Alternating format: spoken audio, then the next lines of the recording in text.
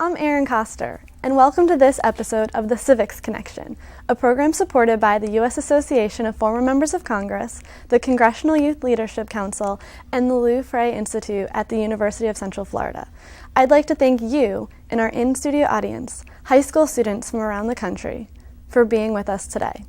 This episode, we will be focusing on women in Congress, and I am honored to be joined by Congresswoman Connie Morella, a Republican from Maryland, and Congresswoman Barbara Kennelly, a Democrat from Connecticut. I'm going to let the Congresswomen introduce themselves. Congresswoman Morella? Thank you. I'm delighted to be here. Thank you very much for inviting me. And I guess I should tell you a little bit about how I got involved in politics and what I liked about it. I'll make it pretty brief so we'll allow opportunities for Q&A. First of all, I'm delighted to be here on the program with my colleague, Barbara Kennelly. She is a good friend, and I think we exemplify the very best of bipartisan working together. Well, I got involved when I was appointed to the first Montgomery County, Maryland Commission for Women. That's where I live. I was a community college teacher, and on that Commission for Women, I started lobbying for equity for women in employment, housing, credit, education.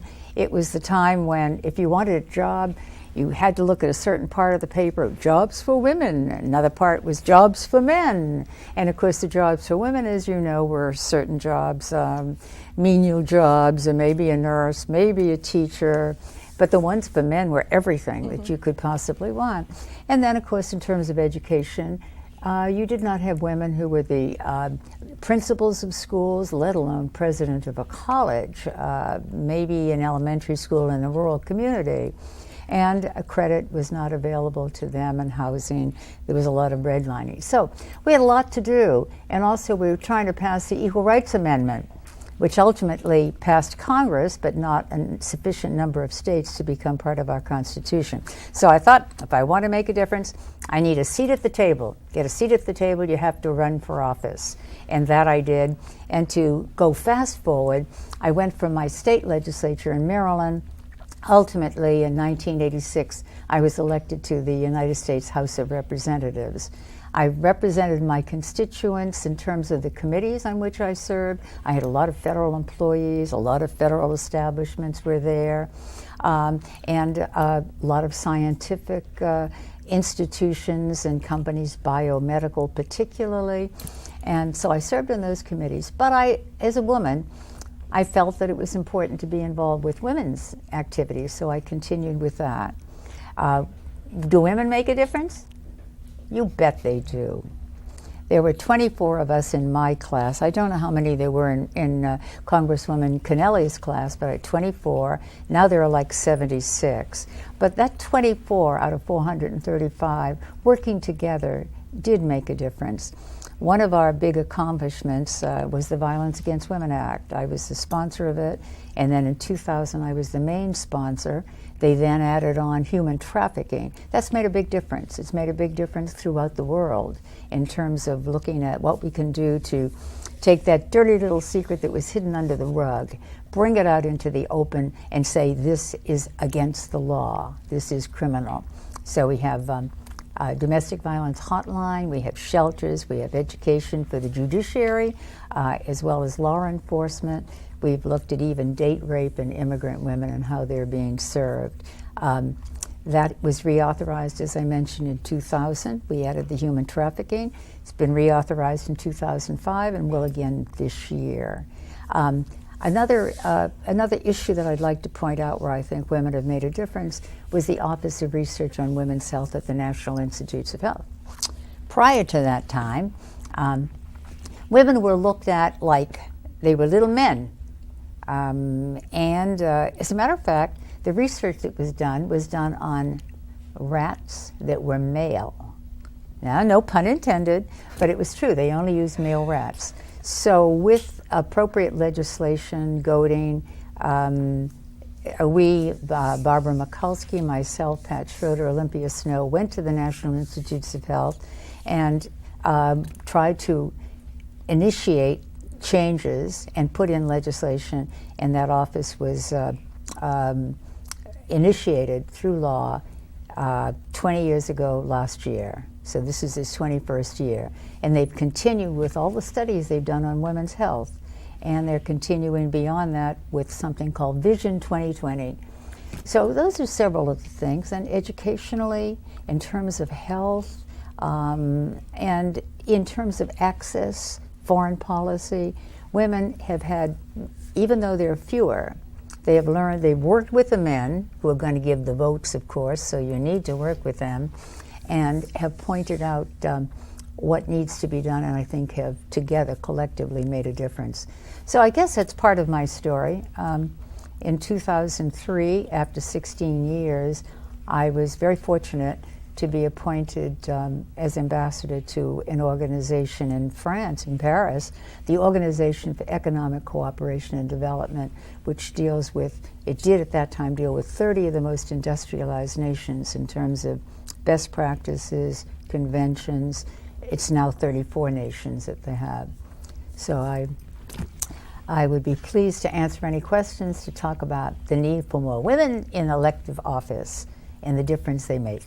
Great, thanks, Congresswoman. And now, Congresswoman Kennelly, can you please tell us a little bit about yourself? Yes, I began somewhat like Connie began. I was on a commission. I was vice chairman of the Commission of Elderly for the city of Hartford. And I tell young people, when they come and ask me about how to get into politics, is to get active in your community. And it's a good way to start. After that, I ran for the Hartford City Council, got to know about all the problems of urban centers, and of course had a great deal to do with older people who often do stay within the city. After that, I was secretary of the state of Connecticut, and that had an awful lot to do with election law. And then I had the opportunity to run for Congress in a special election, and I just jumped at the chance. I just really thought this is what I would like to do, and there was no doubt I found a home. And I came in 1982 and just really enjoyed every minute of it.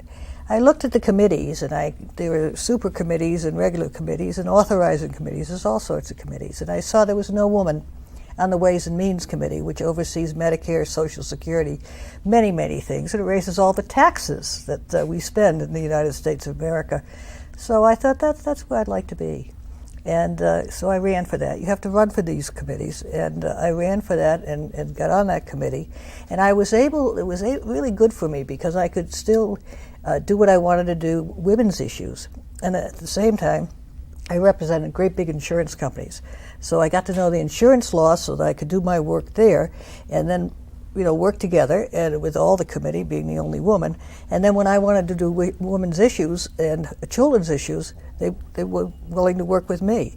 So it really worked out very well. And then I noticed there was another committee, and it was the Intelligence Committee. And there was no woman on the Intelligence Committee. Now that oversees life and death and war and peace. So I went to Tip O'Neill and I said, Tip, there's no woman on the Intelligence Committee. And he looked at me and said, are you never satisfied, Barbara? You're on the Ways and Means Committee. And he didn't appoint me. But then I went to the next speaker and I said the whole same thing. I'd see them go up in the elevator in the Capitol, and only the members and security could get on that elevator. And I thought, I'd like to go see what's happening in that room. And it was probably the best 6 years of my life, public life. And I traveled all over the world and learned an awful lot. I really did. And after I left Congress, I went with the Clinton administration with Social Security, which I had worked on for years. And after that, I became, for the last 9 years, president of the National Committee to Preserve Social Security and Medicare. And this year I thought it was time to leave there. And now I work for Social Security Works. So I'm kind of a one-trick pony. But I was able to do a lot of the things I was very interested in the Congress, and I kept it with me, and both Connie and I continue to work. I have children. I have 12 grandchildren. And I just still think it was probably as good a period in our lives as it could be. And that's the thing you have to remember. It's, we'll get into that about why more women don't run. Thank you, Congresswoman. It definitely looks like you had a passion and you stuck to it even through Congress and now today. I believe it's time for questions from our students. So do we have our first question? Hi, my name's Hannah Bensink. I'm from Buffalo, New York. I was just wondering, have you ever faced any discrimination or struggle specifically because you're a woman in a strong leadership role? I think we've all faced some discrimination.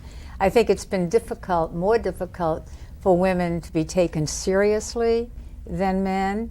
I mean, I can remember early on in a committee meeting where I would make a statement, a pointed statement, and I'd get the nod, yes, this was fine, and then the chairman later would turn to a man who'd say the same thing, and say, "Oh, that's a wonderful idea. I really appreciate that." So I think women learn that they have to work harder and join together with others in support. Discrimination, just for a little story, when I wanted to be appointed, this was when I was in the state legislature, I wanted to be appointed to an advanced job because somebody had gone on to Congress and had left a vacancy in the state Senate.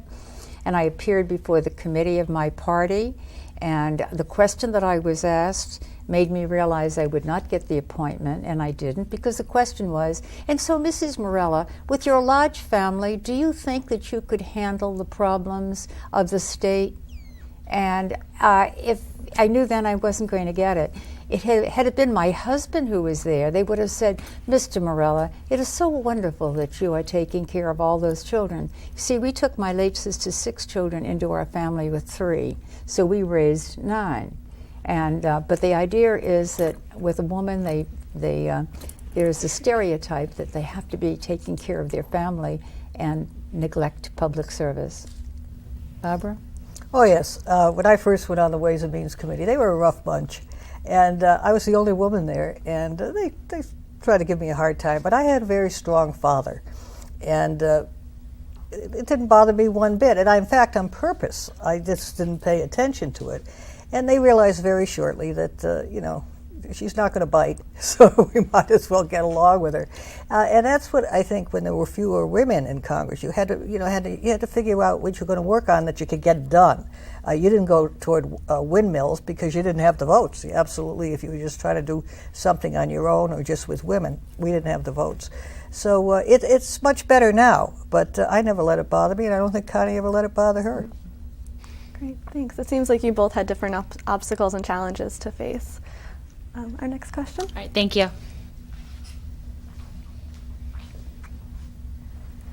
Hi, my name is Amelia Spitzer. I'm from Cleveland, Ohio, and my question is, being in a system where it's mostly led by male leaders, how did you work your way up to where you are now? Did you use certain companies to help you raise money, or tell me your story? Well, before we even start, let's remember Nancy Pelosi is the Speaker of the House of the House of Representatives. I mean, she got up there quite nicely, thank you. So, I mean, there's been a lot of progress made, a great deal of progress made. And as Connie will tell you, and I'll tell you, you had to work on it. If you want a leadership position, and I had a leadership position, it takes time. It takes time and effort, and those secret ballots are deadly. I mean, everybody will tell you they're for you. And then they put that secret ballot in the box, and you never know what it's going to turn out. But I think some people don't want to be in leadership. Some people say, look, I was sent here for my district. I want to work on my district issues. I'm not interested in being in the leadership. Others really want to be in the leadership. So it's all individual. It's all personal. But you want to be a leader in whatever you do. I mean, I want to be a leader with my constituency. I want them to see this person as somebody who represents us very well, who's knowledgeable about the issues. I think in all instances, it does mean that you have to just plain work hard. I like the adage, the harder I work, the luckier I get, whether you're male or female, and sometimes I think females just have to show a little bit more perseverance in what they do. And in terms of raising money, I think women can raise it as well as men can raise it. No. I think it's a stereotypic concept we have that, oh dear, raising money, you have to do it. And unfortunately, money is so critically important in elections. It's kind of that money chase that I think is a deterrent, in fact, to people working together as well as they could, because it takes time to do it. So I think women can do anything they want to do. I think they have to work hard and persevere, and sometimes take risks. Don't be afraid. So if you miss one time, you will gain from it, and you'll be able to jump to something else even better. I have a quick follow-up question. Did you use maybe a company such as Emily List, because they support powerful Democratic pro-choice leaders? Did you use any companies like that? to help you raise money? What was the question again? Do you use like any did you use any company to help you raise money? a company? Yeah. Oh yeah, I did. I had somebody who was a consultant. The consultant doesn't necessarily raise money, but gives ideas and says, Marilla, you got to do everything. You got to have your private parties, people who want to have parties for you. You're going to have your big events where you invite a special speaker. You charge more for that. You do your little events where you charge $10 and get a great big group. You pick up the phone and you call people who have a great deal of money and ask them if they will invest in you, they believe in you. So you do everything you can to raise money. But you have somebody, maybe not all the time, maybe not full time, but just periodically, who does say, you need to raise some money. It'd be wise for you to do this to keep the campaign going. Barbara, you want to add to that? Or? Well, of course, you always had to raise money. You had signs originally, and then you had TV ads, and yes. Yeah, but it wasn't overwhelming when we were there. It really wasn't. In the last 10 years, it's become very, very, very overwhelming. And in fact, it's almost disgraceful the amount of money it takes to run for Congress. And there were many reasons why people didn't run before, but now there's that other reason. Like a seat in Buffalo, New York, which is a town that is really pretty down. Wonderful town, but pretty down. It takes maybe $3 to $5 million to run for Congress. And some people don't want to spend their entire time. And there's another downside to that. Congress has two major duties, to legislate and oversight for the various departments. And nowadays they legislate, but very little oversight is done because every afternoon they're down and they call it dialing for dollars. And that's what you spend it. And remember, Congress has, in the House, you run every 2 years. So if you're raising money for 2 years, almost every day, and it's become quite hard, man or woman. But the money is overwhelming now. Some of the new laws and the way the Supreme Court has acted or put down decisions, it's just so big. And I was on the other side of it the last few years. I mean, I had a PAC, I gave money, and the way the laws are written, you now don't know who's giving the money because the laws have eased, and people give a lot of money, and you can't find out where that money came from. I'd like to just point out that there are a number of groups that are very helpful, particularly to women in raising money. Again, it's sort of the sisterhood. So you need to, if you're running for office, you need to look at what organizations care about those issues you want to push. And they can very often not only give you monetary support, but introduce you to other people. And so it's that kind of spreading, multiplying, I call it, the multiplication effect. And Emily's group was the major one at the beginning some years ago, and now they give millions of dollars. So money's part of the game right now, and that keeps a lot of people out of it. And there's one on the Republican side too, comparable to Emily's we all do. list. Yeah, everybody does. Mm-hmm. Great, thanks. Great. Thank you. I'm sure it definitely helps with the sisterhood and the networking for women in Congress or going for precisely. Congress. Next Hi, question. my name is Anna Williamson. I'm from Garland, Texas, and I wanted to ask you about your children. What are some obstacles that you face dealing with raising children while still having a great career? Time. It was time. You had to get your priorities in order. And so if we had some dust in the corner, that wasn't as important as knowing that you were there for the back-to-school night, or that they were doing their homework, or that they had put their college applications in. And of course, with the large family we had, they worked with each other, and they had to work together.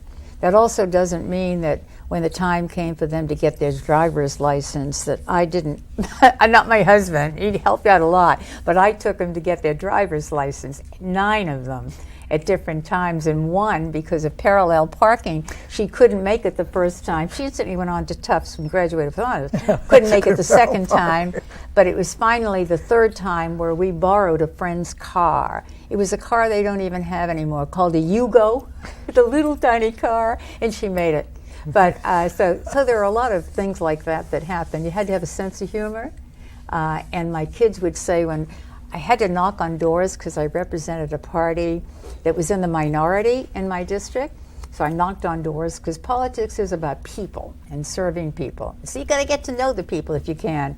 And my kids would say, elect our mother and get her off the streets. So got it into the ballot box. Well, I think one of the most important things is you've got to have, if you come to Washington, Connie was a little lucky because she was in driving distance. That's right. But, That's right. There's still only 70 women out of 435, 70-something women out of 435. That's not a lot. That's not a mass that you can really roll something on. And I think one of the reasons, and continues to be one of the reasons, is that children. And if you have a supportive husband or a supportive family, you can do it, absolutely. My youngest was in grammar school when I came from Connecticut. And you can do it, but you've got to have a supportive system behind you, or you can't do it. And I still think, I was active in the early women's movement, and we still have a long way to go. And women still, now I've got son-in-laws that are wonderful and very supportive, but women still are the major caretaker. And a lot of women just don't want to leave. And, I know a lot of us complain about how short the calendar is, Tuesday to Thursday, but you're leaving 3 days. You're leaving home for 3 days. And so you've got to have a support system back there.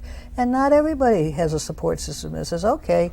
And when we had this debt crisis the last couple of weeks, they were going a lot more. They were going a lot more. And you've got to be able to know there's somebody at home, whether it's your mother or your husband or somebody who's looking after those kids.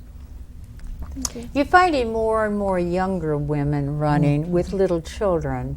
Yes. There weren't We're that having many them when there. I was We're there. having them there. Yeah, exactly, and having them while they're in Congress. I thought I was so great because many years ago, my legislative chief of staff was going to have a baby, and she really wanted to stay with me, but she had to do something about having this child at home. Well, I had a little bathroom in the Longworth office building, and so I had a breast pump put into the bathroom. When the guys put it in, they didn't even know what was going on here. Well, now I heard about a member of Congress who has a breast pump who is using it, so that you can work something out. But as Barbara said, you need the assistance of your husband. You need the cooperation of the family, and weigh everything and put your priorities in order. Mm-hmm. Okay, thank you very much. Our next question. I'm Audrey Hobeck from Brighton, Michigan, and how have the previous women in Congress influenced you? How does Previous women. Politics in Congress? People that came before us, the women. Women in How did Congress they before influence you. it? Oh, there's just no doubt. Yeah. Whenever you have a large number in any profession, it says to others, we can enter it. That's why I feel very strongly that in education, in medicine, science and technology now, particularly in finances, the more women you have in it, the more are going to feel, hey, why can't I do that? And they go in and they do a very good job. And it's the same thing with politics. I think I probably looked to other women who were in Congress. One I can think of was Olympia Snowe. I've always thought she was great. Margaret Chase Smith. I followed a lot of women who were in Congress in terms of what they achieved and looked to them, just like all of us. I said, Amy Lowell has a poem about sisters. And at the very end, she talking about sisters who were writers, who were different, very different style, different technique, different ideas. And she says, but someday I hope that I can look to someone like you who's been my predecessor, and I hope someone can gain from me, because we are all sisters. And that's the way I feel. Lindy Boggs, who was in the Congress before me, she had come, and as many women did, especially in the early 1900s. Women came when their husband died. Widows came, and that was a huge percentage of women in the Congress early on. And that switched some, and now it's hardly at all. But she was wonderful to me, and I watched her. I just admired her so, and I thought, I want to be like Lindy Boggs. She was just she was on the Appropriations Committee, and she was such a good legislator. But also, you get a few good friends who are women. Geraldine Ferraro, when I was campaigning, came to Connecticut It was a funny story, she told it all the time, was that my name was Canelli and she was Ferraro, and she thought another Italian woman was coming to Congress, so she drove up to Hartford. She thought Hartford was right over the New York line. It wasn't, it was way up. And she got there, we just bonded immediately, and I nominated her when she ran for Vice President of the United States of America. And she's been a dear friend, and Barbara Mikulski was another one. Jerry and Barbara were very friendly, and I got Geraldine's apartment when she didn't win for vice president, and she said one thing: you have to have Barbara Mikulski overnight, because she used to go back and forth from Baltimore. And so I got very friendly with her. Now, you don't get a lot of good friends because you're so busy. You're so busy. But if you get one or two, they usually, you bond with them. And no, it makes a difference to have good woman friends, no matter where you are. I always admired a woman I didn't know very well, and that was Millicent Fenwick. Oh yes, me because too. she was sort of an eccentric, but she was she was stunning. So yes, we do look to people who have served, but picking up on the idea of friendships, I have become friends with many of the women members of Congress, and one in particular is Pat Schroeder. Yep. She and I recently went to Vietnam together, and we've been on. Done a lot of things together, so you can become very, very friendly and very close. And remember, we were bipartisan sisters. then. Yeah, right. Exactly. There were so few women that we all had to be friendly. We really, and it's a shame they've lost some of that. Yeah, I know. They really have. But they've lost that bipartisanship everywhere in Congress. They have. It's even a little less, though, in the Congressional Caucus for women's issues. There are some issues they disagree on, but they do come together and do try to help each other when they can. Yeah. Great. Well, I think this is time for our last question. Okay, thank you. Well, I'm glad we have a gentleman here asking the question. Yes. Shows we invite everybody here. What is it like to work with all the other congressmen in Congress? Do you often agree or disagree on certain bills, or like? You want me to do it? You want to do it? it's a debating society. It's you vote. You saw the last couple of weeks there was very definite differences. One side had very vocal voices saying don't raise any taxes. The other side had very vocal voice saying don't cut Social Security and Medicare. That's the way it should be, but there shouldn't be that nothing's moving, and that's what was so bad about the last couple of weeks. You get elected not to be an advocate. You get elected to govern, and part of governing is compromising. But of course there's going to be disagreements in Congress. That's the democratic system. I would, if I had issues I really wanted to push, I'd figure out who needs to be on my bill to try to get co-sponsors from both parties. And so then I would try to present it to them, find out what would help them with their constituents. I mean, do they have companies in their constituency that would be favorably affected by the bill? Are there groups? Are there NGOs? And so I would try to convince them. So I'd try to be persuasive to get people on the bill. Then you had to work on the committees. So, it's like diplomacy. Diplomacy is listening, learning, gaining respect, and leading. And so I think that was the approach, because you couldn't, as we've said, you couldn't pass the Violence Against Women Act without men. It was just impossible. So you had to convince them that this was going to help the women and the families in their district. And so you used different means. Sometimes you used men to convince other men. Oh, yeah. Joe Biden and Orrin Hatch, two senators, were very helpful with the Violence Against Women Act, and they could speak to their colleagues and say, hey, this is a good thing. I hope you'll all support it. So it's diplomacy. Thank you, Congresswoman, for explaining to us a little bit about your time in Congress and the different challenges you face, both raising your family and running for office and serving in the political sphere. Thank you. We hope that Get some one. of your Just listeners one and of you viewers will run. So, unfortunately, that's all the time we have today. Thank you, Congresswoman, for joining us, and thank you, students, for your great questions. Again, I'd like to thank the U.S. Association of Former Members of Congress, the Congressional Youth Leadership Council, and the Lou Frey Institute at the University of Central Florida. This has been the Civics Connection, and I hope you will join us for our next episode on redistricting and gerrymandering. Thank you.